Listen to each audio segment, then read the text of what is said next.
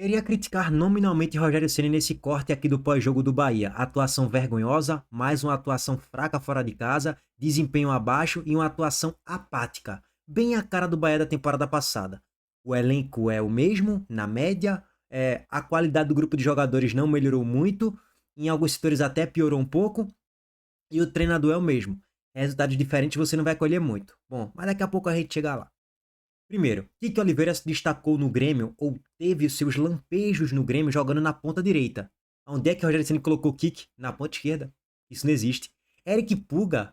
Onde é que Eric Puga se destacou e teve mais protagonismo? Na ponta esquerda. Ele colocou Puga na ponta direita. Qual é o sentido disso? Em determinado momento do jogo, ele colocou Everaldo. O que é que o Grupo City quer contratando Everaldo? Não quer ganhar nada. Para jogar ao lado de William José, que era outro morto em campo. O Bahia não melhorou em nada.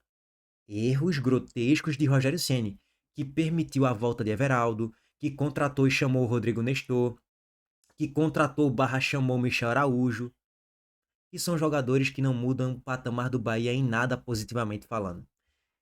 E outro ponto, tá? Hoje jogou com 3 volantes. Tava tão ridícula a série de jogo do Bahia, sem Everton Ribeiro, que teve que colocar Caio Alexandre com 30 minutos. Aí o Bahia subiu de produção, cresceu um pouco mais. Mas pouca coisa também, tá? Mas subiu por causa da entrada de Caio Alexandre. E o substituto para o banco de Everton Ribeiro? Cauli é uma piada, né? Pelo amor de Deus. Mas e o banco para Everton Ribeiro? Até agora o Bahia não tem. Rodrigo Nestor, esse jogador? Pelo amor de Deus. Cauli já saiu. Michel Araújo? Tá de brincadeira, né? Culpa de Rogério Ceni. Tempo, qualidade e segurança fazem toda a diferença na estrada do sucesso. E a Montenegro Cargas é especialista em entregas rápidas, seguras e com excelência de ponta a ponta. Do ponto de partida ao destino final, sua carga estará em boas mãos. Por quê? Tempo é compromisso com a Montenegro Cargas. Qualidade é padrão FIFA. E segurança é prioridade. A Montenegro Cargas faz o transporte de cargas expressas, fracionadas, faz também o transporte de produtos químicos em todo o Brasil. Entre no site www.montenegrocargas.com.br, faça seu orçamento e depois vem aqui me agradecer. Essa é a Montenegro Cargas, transportando compromisso. Para quem não conhece, é carga, viu, pai? Vocês lembram que eu já vinha alertando no pós-jogo contra o Vasco, no pós-jogo contra o Corinthians? O Bahia não mudou radicalmente a postura. O Bahia não melhorou muito o futebol apresentado em comparação ao Bahia do ano passado, que jogava mal pra cacete fora de casa. Cansei de alertar isso nos últimos 2 jogos. Precisa melhorar o futebol apresentado. Que nada! Não precisa melhorar nada não. Vencemos do Corinthians, vencemos do Vasco e tá tudo certo. E sim, tem que se colocar o ponto de, porra, tu tá pegando o Corinthians, tu tá pegando o Vasco. Fora de casa, tu ganhou 6 pontos. Excelente, olhando o resultado. Agora, tu vai olhar pro desempenho do Bahia. O Bahia poderia ter tomado 3-0 do Corinthians nos primeiros 30 minutos de jogo, pô. Poderia ter tomado 3-0, que não seria nenhuma loucura. Acabava o jogo com 30 minutos. Só que aí o Bahia deu a sorte do Corinthians perder 2 gols cara a cara, depois de ter aberto o placar. O Bahia conseguiu achar o gol, igualou mais a partida, virou o jogo e conseguiu, de certo modo, sofrer no segundo tempo contra o Corinthians, segurou o 2-1. Contra o Vasco, achou um gol, um belíssimo gol por sinal, fatiada de Everton Ribeiro, finalização de Juba, 1-0 Bahia. Beleza. Tirando aquilo ali, o que é que o Bahia jogou? Em relação à postura, em relação a desempenho? Nada. Não jogou nada. No primeiro tempo, o Vasco só não empatou a partida porque tá em péssima fase, os jogadores ansiosos, Coutinho mal, o Mim tá finalizando mal, Brenner perdendo gol pra cacete. Sim, eu sei, o Vasco não perdeu inúmeras chances cara a cara, mas finalizou muitas bolas dentro da grande área. Se o Vasco tivesse no dia um pouquinho melhor de capricho, o Vasco empataria pelo menos o jogo e a gente estaria agora falando de 1 ponto do Bahia conquistado fora de casa, 1 contra o Fluminense, a gente estaria falando de 2 pontos do Bahia. Até o momento na Série A em 9 pontos disputados. Mas aí o Bahia foi mais eficiente contra o Corinthians, contra o Vasco, empatou contra o Fluminense, somou 7 pontos e, entre aspas, está tudo certo. Passou talvez uma falsa impressão que agora é um novo Bahia fora de casa e que o Bahia vai jogar muito bem e vai atropelar os adversários. Tá. Ponto parágrafo. Vamos pro jogo do O'Rings, pré-Libertadores. Em tela aqui para vocês a estatística aos 30 minutos do primeiro tempo. O Bahia não finalizou nenhuma bola na barra e durante os 95 minutos de jogo, o Bahia praticamente não finalizou nenhuma bola na barra. O O'Rings tinha mais posse de bola, 4 chutes a 1. Eu até fiz uma anotação aqui nos primeiros 10 minutos de jogo. O O'Rings tinha 10 duelos ganhos em 10 minutos de jogo. Sabe quantos duelos o Bahia tinha vencido? Duelos, quando eu falo, é disputa de bolas. O Bahia venceu 2 duelos. O O'Higgins venceu 10. Por isso que abriu o placar com 4 minutos de jogo no belíssimo gol do Francisco Gonzalez. Pintura, inclusive, cortando pra canhotinha, chapando no canto, a bola pegou na trave e entrou. Por que o O'Higgins venceu do Bahia hoje? Porque, primeiro, teve postura de um time que em casa precisa ganhar o jogo na pré-Libertadores para largar na frente. Teve intensidade nos primeiros 20, 25 minutos para abrir o placar. Ganhou mais duelos, correu mais e teve mais ímpeto. Se comportou como um clube cascudo, entre aspas, grande na competição. Eu sei que o O'Higgins não é clube cascudo na Libertadores, na pré-Libertadores, nem é um clube grande na competição, eu sei. Mas hoje se comportou melhor nos primeiros 30 minutos de jogo. Não é à toa que abriu o placar. E tava até injusto, viu? Porque aos 30 minutos já poderia ter pintado um 2-0. Teve um chute do próprio Francisco Gonzalez antes do 1-0. Ele mais uma vez na esquerda, na ponta direita ofensiva deles e na esquerda do Bahia. Juba não fez uma boa partida. Mingo também não fez uma boa partida. Ele chapou uma bola perigosíssima, a bolinha entrando e Ronaldo fez uma ótima defesa. Já poderia ser um 2-0 pro O'Higgins. E o 2-0 também poderia ter saído numa finalização da esquerda, que a bola sofre um desvio, se eu não me engano foi em Roman Gomes. A bola acontece uma trajetória em parábola, né, meio que um balão, e o atacante do O'Higgins, na pequena área, cara a cara, cabeceou a bola para fora. Aos 30 minutos de jogo, se o O'Higgins fosse um time um pouco melhor, poderia estar 2-0 pro O'Higgins, e o Bahia simplesmente não fazia absolutamente nada. Rigorosamente nada. E aí eu queria dar um destaque rápido aqui. Primeiro, qual é o objetivo do Bahia? Qual é o objetivo do Bahia na competição? Para mim tá claro, é ser um coadjuvante, mais uma vez, numa fase de grupos. Se der tudo certo, se classifica para as oitavas de final. Se der tudo mais certo ainda, se classifica para as quartas de final. Se der tudo certo, tá? E acabou. Nada além disso, nada, tá? Nada, nada, nada. Nada além disso. Aí vai ter que dar muita sorte de cair no chaveamento perfeito. Aí é um cenário já louco, é o imponderável do futebol. Analisando a lógica, se o Bahia pegar um grupo difícil, vai sofrer muito para se classificar em segundo, talvez caia na terceira colocação e vai disputar os playoffs da Sula, como aconteceu no ano passado. O Bahia pegou um grupo da morte com o Internacional, Atlético Nacional e Nacional do Uruguai. Caiu na terceira colocação. Por que eu estou falando isso? Esse elenco aqui do Bahia, gente, não vai ganhar nada, tá? É isso mesmo que eu tô falando pra vocês. Ah, Campeonato Baiano. Pô, Campeonato Baiano é meio óbvio, né, gente? Pelo amor de Deus. O Bahia sem Grupo City, com Grupo City, sem SAF, sem 100 milhões, sem 300 milhões, já ganhou o Campeonato Baiano muito mais do que o Vitória, inclusive. Então isso aí não tem comparação. Aí você olha pra esse time do Bahia. É o mesmo time basicamente do ano passado. Não tem nenhuma grande disparidade. Você pode até falar, ó, Roman Gomes agrega mais defensivamente do que Santiago Arias agregava ano passado na lateral direita. E hoje fez um jogo ruim, Roman Gomes. Mas não tem nenhum grande salto de qualidade. A dupla de zaga hoje do Bahia foi Gabriel Xavier e Mingo. Mingo não fez um bom jogo hoje. Juba só melhorou no segundo tempo. Aí beleza, tem o Canu, David Duarte, que por problema de lesão não puderam jogar o jogo e tal, tudo certo. O goleiro é Ronaldo. O time é o mesmo, gente. Não teve nenhum grande salto de qualidade nesse quinteto defensivo. E se o Bahia quiser algo a mais na Libertadores, e quando eu falo algo a mais, não é ganhar a competição, eu não tô nem entrando no debate de ganhar a competição. Eu tô entrando no debate de ter a convicção que, primeiro, vai para a fase de grupos da Libertadores. Segundo, vai passar da fase de grupos para as oitavas de final. Não dá para ter convicção nenhuma disso. Bom, principalmente da segunda parte, né, do segundo nível, que é passar para a fase de mata-mata da Libertadores, que seria as oitavas de final. Aí beleza, tu vai pro meio campo, Jean Lucas, Acevedo e Eric. É o mesmo time do ano passado. Aí tu vai pro trio de ataque, William José, que tá pior do que o William José do ano passado, Ademir e Cristian Oliveira. Entre aspas, é o mesmo time do ano passado.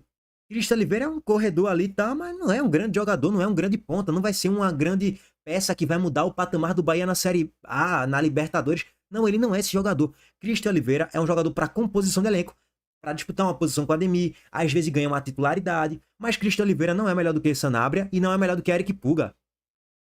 Inclusive eu já pensaria em entrar no próximo jogo com os dois, Sanabria e Puga nas pontas, para ver se vai dar um pouco mais de encaixe. Aí o William José tá mal, quem é que vai entrar? Everaldo. Então assim, se você for parar para analisar as contratações do Bahia e o elenco que o Bahia tem, não teve nenhum grande salto de patamar, não teve nenhum grande acréscimo de qualidade que, meu Deus, aqui agora, nesse setor, o Bahia tem um baita meia, tem um baita ponta agora, não tem nada disso. Aí você olha pra meiuca. Everton Ribeiro não pôde jogar hoje, porque estava cumprindo suspensão na expulsão que ele teve contra o América de Cali, que o baiano chutou uma bola na barra. Aí, porra, tu olha pro teu banco. Rodrigo Nestor, Eric, que pode jogar como um terceiro volante. É isso, cara. Não tem muito mais que estranho, não. É isso aí. Porque Cauli saiu, foi pro São Paulo. E eu cansava de bater nessa tecla, ó. Tem que contratar um meia atacante para substituir Everton Ribeiro. Já que Cauli não tá jogando nada. Ah, mas Cauli mudaria o patamar do Bahia no jogo de hoje. Não, não, não. Ele não mudaria nada. Ele não mudaria rigorosamente nada. Sabe por quê? Porque ele não ganha nenhum duelo. Porque ele é um jogador preguiçoso em campo, moroso, passivo. E em jogos quando o caldo engrossa de Libertadores, principalmente fora de casa, é uma nulidade em campo, é -1 em campo. Então não ia mudar radicalmente o patamar do Bahia, não. Como eu cansava de bater nessa tecla, tinha que contratar um meio atacante. Mas beleza, voltando aqui pro elenco, tá? Aí, quando bate 30 minutos do primeiro tempo, o Bahia tava sendo, entre aspas, humilhado pelo O'Rings.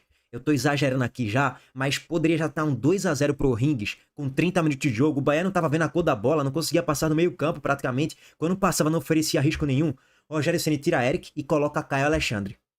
A partir dali, o Bahia começou a controlar um pouco mais a bola, e ainda mais controlando no campo de ataque, passou a ter o domínio territorial, o controle territorial, e naturalmente foi chegando um pouco mais no campo de ataque.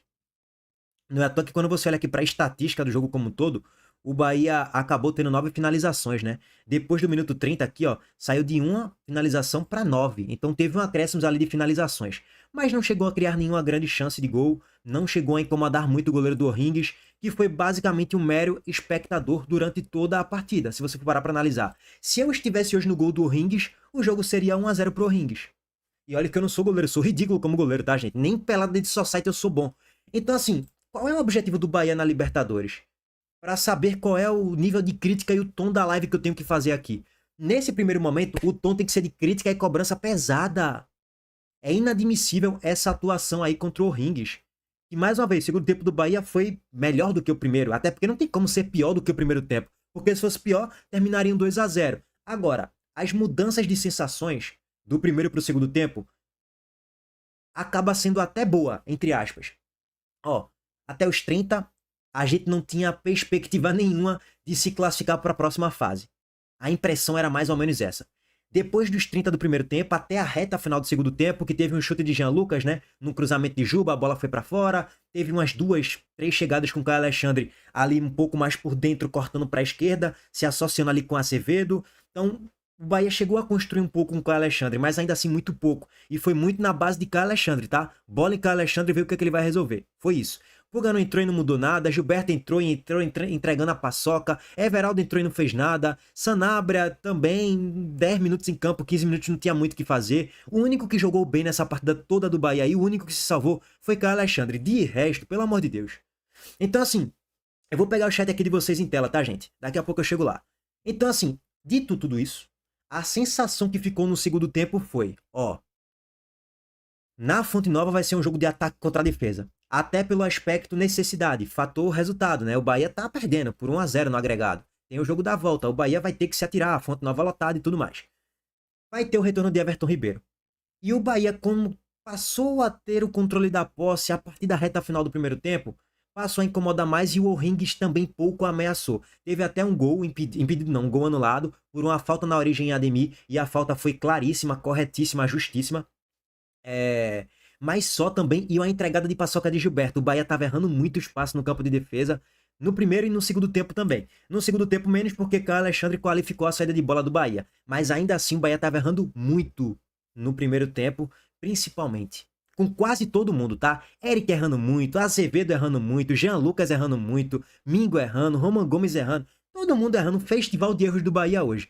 Aí mais uma vez, a impressão que ficou na reta final do segundo tempo é: o Bahia vai ganhar do O'Rings no jogo da volta. Vai ganhar. Eu tenho convicção em afirmar isso. A não ser que perca um caminhão de gols na volta, na Fonte Nova, ou o O'Rings faça o jogo do ano, da vida, e consiga fazer um jogo espetacular defensivamente, e consiga escapar bem em transição. Não, a minha impressão é que o Bahia vai ganhar o jogo da volta. A dúvida é, de quanto é que vai ser? 1-0? 1-0 é pênalti. Aí, pênalti, meu amigo, tudo pode acontecer. 2-0, não sei também. Aí, não sei como é que vai ser o placar, quanto é que vai ser, não sei. Mas a minha impressão ao final do jogo é: o Bahia vai ganhar na Fonte Nova, muito provavelmente. A não ser que perca o caminhão de gols mais uma vez. E, Boa Live noite, Pix. meu querido Luiz. O que foi que você falou daquela vez no jogo passado contra o Vasco, Vasco e Bahia? Não foi? Porque ganhou, todo mundo, não, foi lá, mas não jogou bem. Hoje, novamente, aí eu quero dizer aqui os baba-ovo, que assim, eu sou Bahia, eu não sou torcedor de jogador, eu não sou torcedor de SAF, de diabo nenhum. De diabo nenhum. Eu sou torcedor do Bahia. Se fosse dizer meu sangue aqui é vermelho, azul e branco. Como é que você vai disputar uma Libertadores sem a de um meio atacante? Eu não vou xingar não, porque você tá em live, não quero derrubar só, não quero prejudicar o seu trabalho. Mas a raiva que eu tô aqui não é porque perdeu o jogo, não. É sempre a postura. É sempre a postura. E novamente, nosso técnico chega na coletiva e vai falar de postura. E ele? É isso aí, irmão. Concordo 100%, tá? Depois eu vou trazer os outros live pix aqui. Um salve pro Arlisson Boladão. E ele não fala dele, no final das contas ele fala. E ele não fala dele. É isso, cara. A postura do Bahia, mais uma vez, é o que incomoda, né? O que incomodou a torcida do Bahia, principalmente no início do primeiro tempo, e foi o que decidiu o jogo, pô. Se o Bahia tivesse uma outra postura em campo, o Bahia provavelmente não perderia o jogo. Ou, porra, perder faz parte do jogo, pô. Agora não teria uma atuação tão fraca coletivamente falando e tão apática nos primeiros 30 minutos que ficou com risco ali de tomar um 2-0. Aí o 2-0 o buraco seria ainda mais embaixo pro Bahia virar esse jogo, reverter na Fonte Nova. Mas assim, irmão, a gente falou, e o Arlisson também tá aqui de prova. É bom que apareceu o Arlisson aqui nessa live, porque ele está justamente ratificando, confirmando a minha análise pós-jogo contra o Vasco. Ainda bem que ele não é um passador de pano, não é um babador de ovo, de jogador X, de Rogério Ceni, e só porque ganhou o jogo tá tudo certo. Então, eu parabenizo aí o Arlisson por reconhecer aqui na minha live pós-jogo contra o Vasco e contra o Corinthians também. Mas sim, o resultado foi espetacular, sem dúvidas. Agora, em relação à atuação, fraca, assim, abaixo, vai. Hoje foi uma atuação apática, abaixo do abaixo. Então, assim, finalizando aqui, tá, gente? O pós-jogo do Bahia, vou pegar o chat de vocês aqui pra gente resenhar um pouco mais sobre o jogo. E daqui a pouco tem o Botafogo contra o Nacional Potosí, né? Velho, no próximo jogo, eu não sei o que é que o Bahia, eu não sei o que o Rogério Ceni vai fazer de alterações, né? Se ele vai tirar um William José, aí você, porra, vou botar Everaldo, meu Deus do céu. Em algum momento do jogo, até durante 15 minutos de jogo, tinha Everaldo e William José em campo. Meu Deus do céu. Cara, aí mais uma vez, eu tenho certeza que diante da movimentação que Everaldo é a tua contratação para o setor de centroavante, tu não tem nenhuma ambição de ganhar essa competição, não, pô. Nenhuma, zero. Tua ambição é zero. Ah, mas veja só, é zero, pô. Eu comecei aqui abrindo a live, né, trazendo pontos de interrogação. Qual é o objetivo do Bahia na Libertadores? Eu acabei de achar uma resposta. O Bahia não tem ambição nenhuma, zero, de ganhar a Libertadores esse ano. A partir do momento que o teu atacante é Everaldo. A partir do momento que o teu ponta direita é Cristian Oliveira. A partir do momento que Cauli Oliveira sai e tu não traz nenhuma peça pro setor. Aí tu vai tentar botar o Michel Araújo ali, que é outro jogador fraco, para um patamar de Libertadores, e Rodrigo Nestor também. Então, fica esses pontos aí, né, de crítica ao Grupo City, como a gente já vem fazendo aqui há um bom tempo. Bom, dito isso, acho que vai ganhar o jogo da volta. Não sei se vai se classificar. Sobre o time do O'Rings, cara, assim, eu não conhecia, até me surpreendeu um pouco positivamente pro lado do O'Rings, o ponta-direita, o Francisco Gonzalez, que fez uma boa partida no primeiro tempo, né? Infernizou o Juba ali no início do jogo e fez um golaço. Vou até trazer aqui em tela pra vocês, velho, o gol do O'Rings. Deixa eu só compartilhar aqui com vocês, que foi um golaço e traduz muito o Bahia fora de casa na pré-Libertadores. Isso é muito suco de Bahia, tá, gente? Toma, o único gol da partida. Primeiro, o erro de William José, né? O erro de passe. E aqui vem o primeiro ponto de crítica. O William José, ó, erro de passe, meteu 3 dedos ali, né, pra falar que é craque, que é diferenciado. Primeiro ponto, né, o William José tá saindo muito da grande área o tempo todo. A bola não tá chegando pra ele. E eu não tô aqui pra, sei lá, colocar o William José como coitadinho da história, não. Mas, até porque ele não tá bem. E merece críticas. Mas assim, você olha pro jogo do Bahia na média, como um todo, o William José tem que sair muito da grande área. Tipo, ele não tem que estar aqui não, irmão. Ele não tem que estar aqui no círculo central para duelar a todo momento, não. A bola é que tem que ser bem trabalhada aqui pelos meio-campistas, que não estava sendo nem por Azevedo, nem por Eric, nem por Jean Lucas. Então eles era para estar aqui, ó, entre os zagueiros e não entre os volantes, meias do O'Rings. Aí sai o passe errado, como estava sendo atuada. E aí o O'Rings já mete... já tenta inverter uma bola aqui, né? Não sei o que é que o zagueiro do O'Rings tentou, só foi uma tirada aleatória. Eu sei que o jogador do O'Rings ganhou a primeira, Francisco Gonzalez, tá? Ganhou o primeiro duelo, que foi atuado nos primeiros 10 minutos. Ele vai ganhar o segundo duelo aqui em cima de Jean Lucas.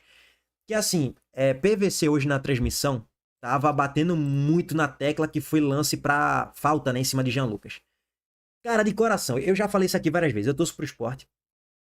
Se o meu time tivesse essa atuação apática aí, eu tô falando por mim, tá? Mas tô falando por mim. Eu não consigo ficar colocando responsabilidade na arbitragem. A culpa foi da arbitragem. Meu amigo, teu time não jogou nada. Tu não tem que ficar botando pilha na arbitragem, não. E pra mim, Jean Lucas, ele valorizou muito o lance, cara, assim.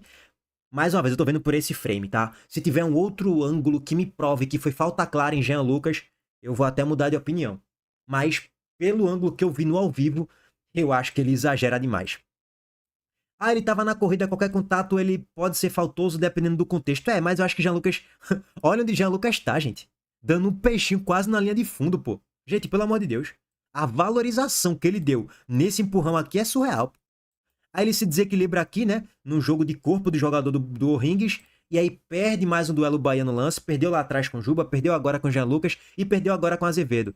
E sai uma chapada na quina da grande área. A bola vai na trave e entra. Eu não vou condenar muito o Ronaldo no lance, porque a bola pega na trave, né? Então, bochecha da rede, em tese. Então, não vou detonar muito o Ronaldo. Mas, porra, irmão, tu perde 3 duelos no lance, tu erra um passe com o Willian José e condenar a arbitragem. Aí PVC ficou demonizando o árbitro por causa desse lance.